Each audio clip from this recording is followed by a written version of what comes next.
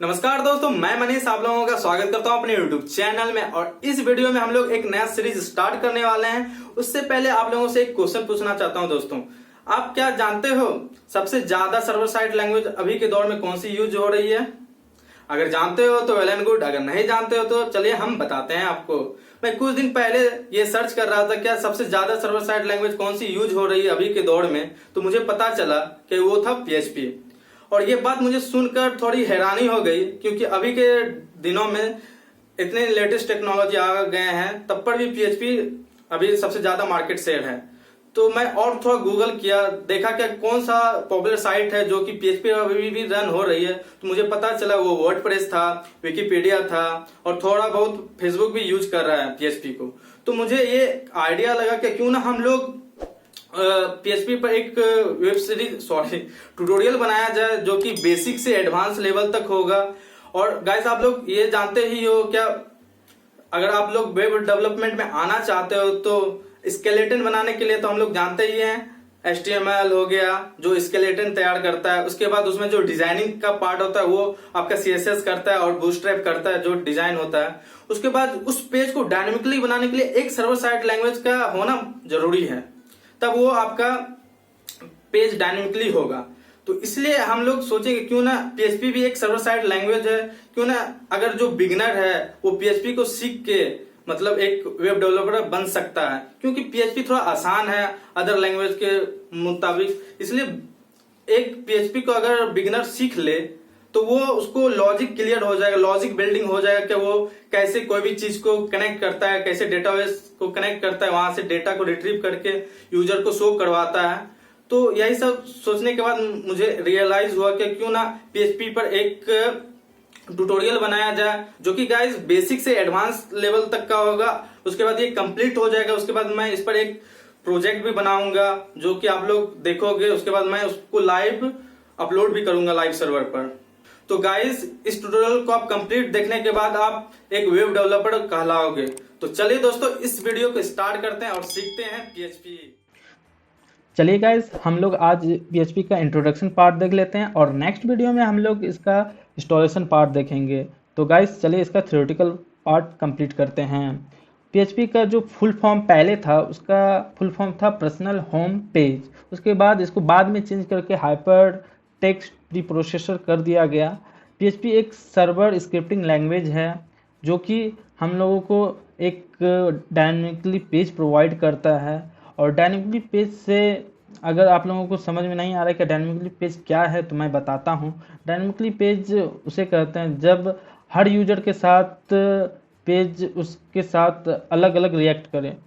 Suppose अगर आप लोग फेसबुक में लॉगिन करते हो तो आप अपना अकाउंट लॉगिन करते हो तो आपके अकॉर्डिंग वो डेटा दिखाता है।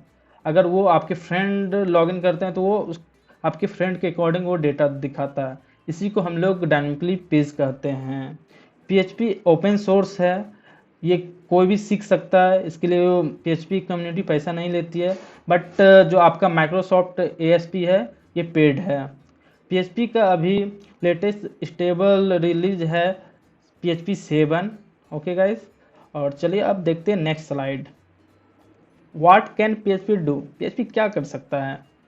जैसा कि आप प्रीवियस स्लाइड में देखें कि वो डायनेमिकली पेज जनरेट कर सकता है। और डायनेमिकली पेज भी आप जान गए डायनेमिक पेज किसको कहते हैं। और इसमें एक कट ऑपरेशन लिखा हुआ है, जैसे कि आप देख सकते हो नीचे एक आइकन भी लगा हुआ है कट ऑपरेशन। तो हम लोग कट ऑपरेशन समझते हैं। कट मतलब CRUD, C से क्रिएट, R से रीड, U से अपडेट और D से डिलीट। अगर गाइस आप लोग किसी भी सर्वर साइड स्क्रिप्टिंग लैंग्वेज में आप अगर कट ऑपरेशन उसमें सीख गए तो उस सर्वर साइड का आप 50% सीख चुके हो। क्योंकि आप कट ऑपरेशन मतलब आप देख ही रहे हो, create, read, update and delete, यानी कि डेटा को क्रिएट करना, उसको रीड करना, उसको अपडेट करना, उसको डिलीट करना।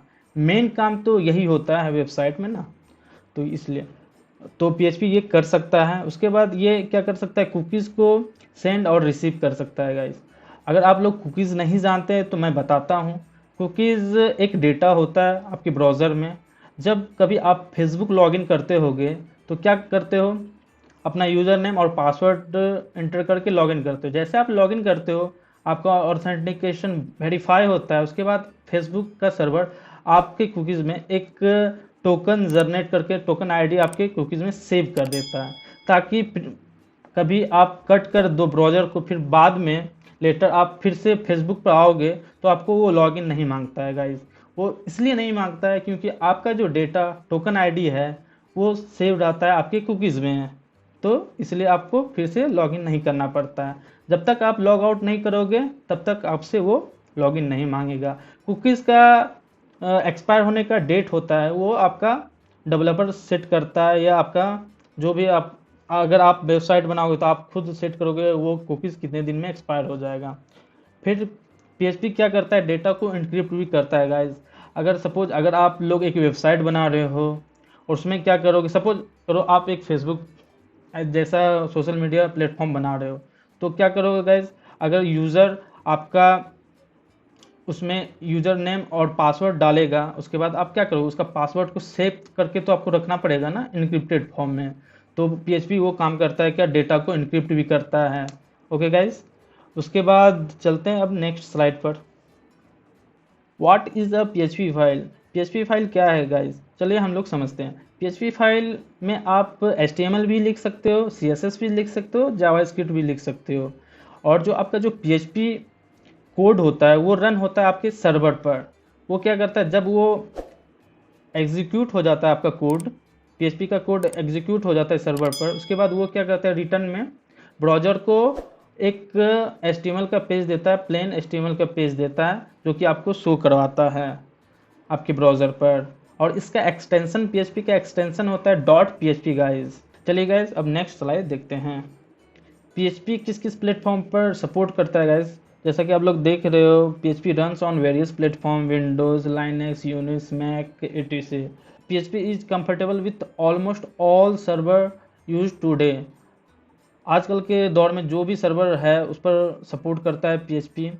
PHP support a wide range of databases guys. PHP बहुत सारे डेटाबेस को सपोर्ट करता है, जैसा कि इस ट्यूटोरियल में हम लोग यूज़ करेंगे MySQL database.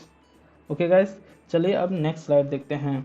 Y PHP learn? Guys हम लोगों को पीएचपी क्यों सीखना चाहिए, ये भी तो एक दिमाग में थॉट आएगा। मैं इसमें ये बोलना चाहूँगा, पीएचपी सबसे पहले तो फ्री लैंग्वेज है, मतलब बोल सकते हो ओपन सोर्स है, और ये इसका जो सिंटैक्स है वो बहुत इजी है और ये सिंपल है, मतलब आप कोडिंग करोगे तो ये सिंपल लगेगा। इसमें ना हैवी मशीन की रिक्वायरमेंट है, आप अगर मीडियम लेवल का मशीन है या लोअर लेवल का मशीन, उसमें भी आप इसका कोडिंग करके आराम से चला सकते हो पीएचपी का कोड। तो गाइस इसलिए अगर कोई भी वेब डेवलपमेंट में बिगनर है, वो स्टार्ट करना चाहता है, तो ये लैंग्वेज के साथ प्रोसीड कर सकता है, क्योंकि ये आसान है।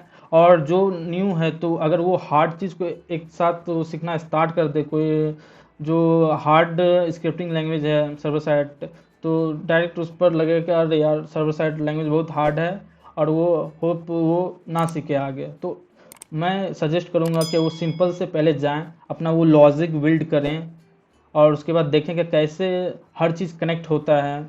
इससे क्या होगा, उसका कॉन्सेप्ट धीरे धीरे लॉजिक बिल्डिंग क्लियर होता जाएगा। उसके बाद गाइज अगर आप लोग लॉजिक बिल्डिंग करना स्टार्ट कर दें, लॉजिक बनाना स्टार्ट कर दें कोई भी साइट का, तो उसके बाद तो लैंग्वेज तो आप आराम से भी सीख सकोगे। सबसे मेन कॉन्सेप्ट होता है गाइज किसी भी फील्ड में लॉजिक बिल्ड करना, कैसे वर्क कराएंगे, उसका डेटा स्ट्रक्चर क्या होगा। तो गाइज इसलिए आप पीएचपी को लेके आगे बढ़ सकते हो, उसके बाद में दूसरा कोई लैंग्वेज को चूज कर सकते हो गाइज।